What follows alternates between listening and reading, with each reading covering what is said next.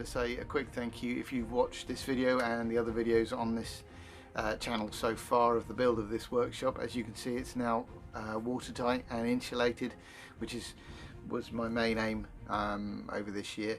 I've still got to put the floor down, and all these insulated panels will be covered up. They'll all be individually panelled, and all this stuff, all the junk behind me, will be going somewhere else, but at the moment I've got to use it for storage. I've left a small area to do some projects, and I've got other projects that I need to do before I can complete this. I just need to say sorry because the video number 4 was accidentally deleted, and there was something on that video, or in the description of that video, which is quite important to me.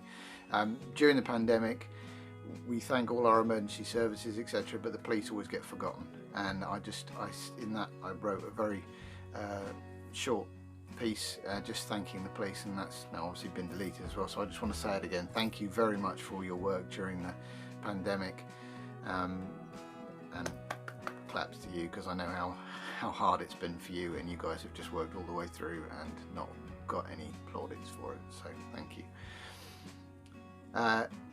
So that's it for now for this build.